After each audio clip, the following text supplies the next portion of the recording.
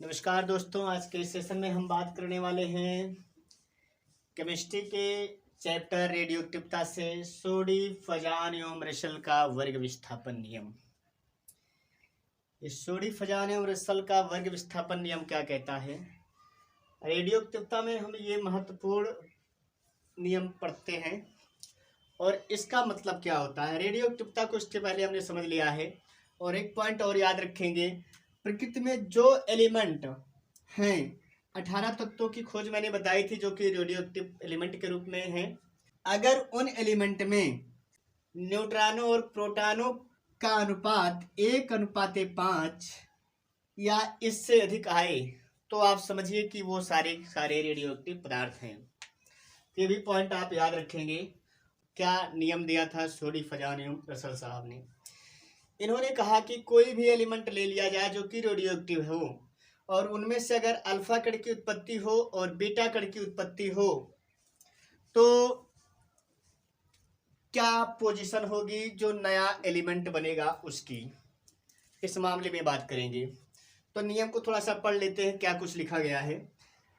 कहा गया, जब किसी रेडियो एक्टिव तत्व के नाभिक से एक अल्फा कण की उत्पत्ति होती है तो उसके परमाणु क्रमांक में 2 यूनिट की कमी तथा द्रव्यमान संख्या में 4 यूनिट की कमी होती है और संतति तत्व का स्थान जनक तत्व से 2 स्थान बाईं ओर खिसक जाता है। ये बात बताई गई।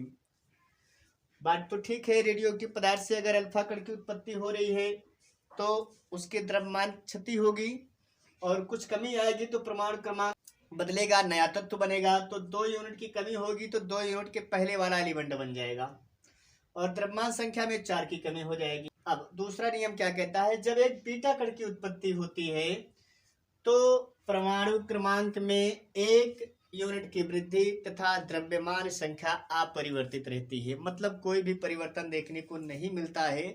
द्रव्यमान संख्या में परमाणु क्रमांक में 1 की वृद्धि हो जाएगी लेकिन द्रव्यमान संख्या में कोई परिवर्तन देखने को नहीं मिलेगा जब एक बीटा कण की उत्पत्ति होगी। बिल्कुल बात क्लियर है। आइए जरा हम नियम को देख लेते हैं। जैसे एग्जाम्पल के आधार पे समझेंगे। एग्जाम्पल लिया गया, जैसे मान लीजिए हमने ले लिया 90 थोरियम और इसका परमाणु क्रमांक 90 है और द्रव्यमान संख्या 230। अब इसमें से अगर एक अल्फा कण की उत्पत्ति हो रही है, एक अल्फा कण की उत्पत्ति हो रही है तो पहले नियम के अनुसार जो नया तत्व बनेगा उसमें परमाणु क्रमांक में 2 की कमी हो जाएगी, यानी 88 हो जाएगा। जो तत्व बनेगा वो क्या बनेगा? वो नया तत्व जो बनेगा वो बनेगा रेडियम। और क्या कहा है? 4 यूनिट की कमी होगी उसकी द्रव्यमान संख्या में, यानी कि 230 था तो ये हो जाएगा 226। ये तो अल्फा कण की उत्पत्ति की बात कह दिया। और अगर एक बीटा कण की उत्पत्ति होती है, बीटा कण की जब उत्पत्ति होगी तो क्या होगा?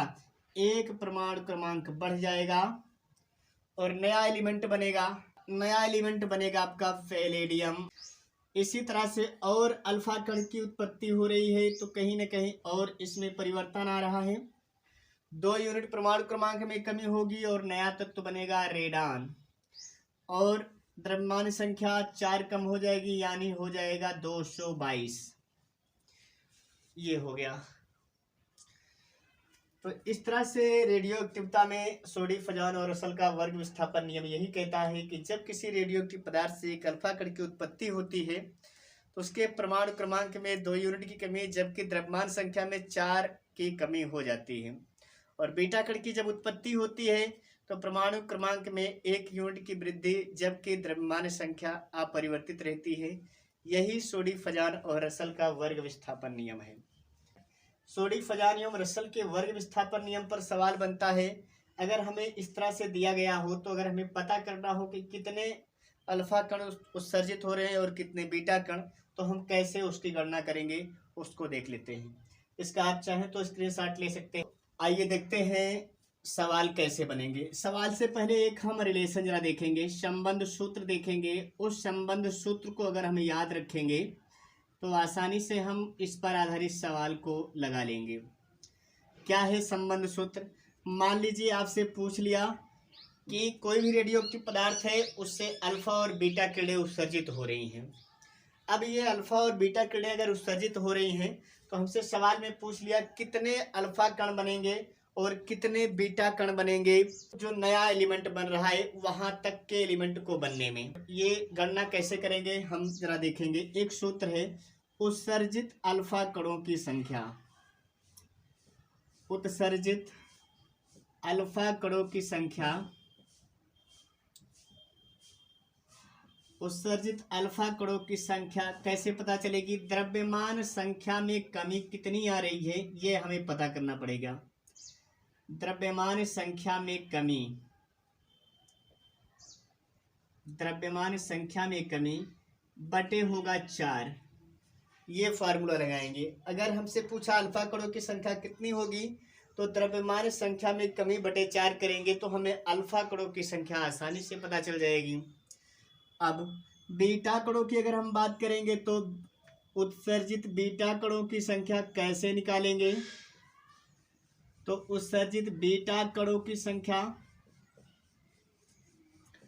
बीटा कणों की संख्या अगर निकालना है तो हमें क्या पता होना चाहिए? अल्फा कण कितने निकले ये तो पता होना चाहिए और उनका हम करेंगे 2 से गुणा।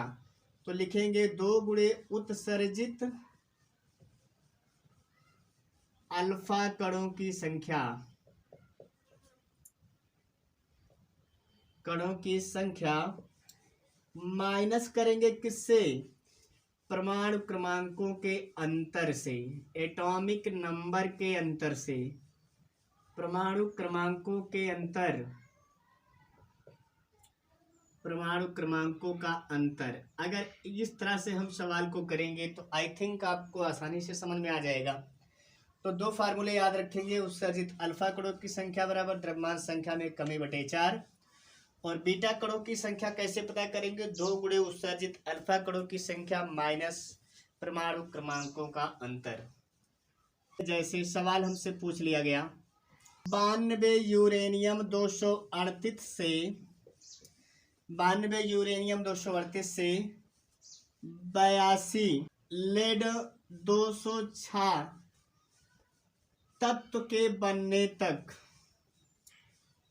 तत्व के बनने तक कितने अल्फा एवं बीटा कण उत्सर्जित होंगे? कितने अल्फा एवं बीटा कण उत्सर्जित होंगे?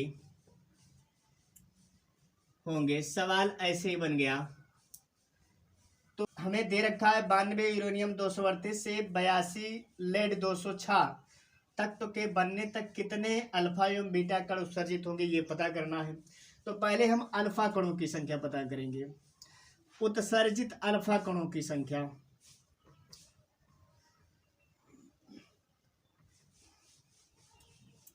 अल्फा कणों की संख्या, उत्सर्जित अल्फा कणों की संख्या तो क्या पता करेंगे? द्रव्यमान संख्या में कमी कितना हो रही? 238 था तो 206 हो गया, मतलब अंतर आया 32 का। 38 से 6 घटाएंगे तो 32 आएगा और बटे 4 है ही है तो 4 से डिवाइड करेंगे तो 4 8 32 यानी 8 अल्फा कण उत्सर्जित हुए। ये पॉइंट क्लियर हुआ। अब बीटा कण, तो उत्सर्जित बीटा कणों की संख्या,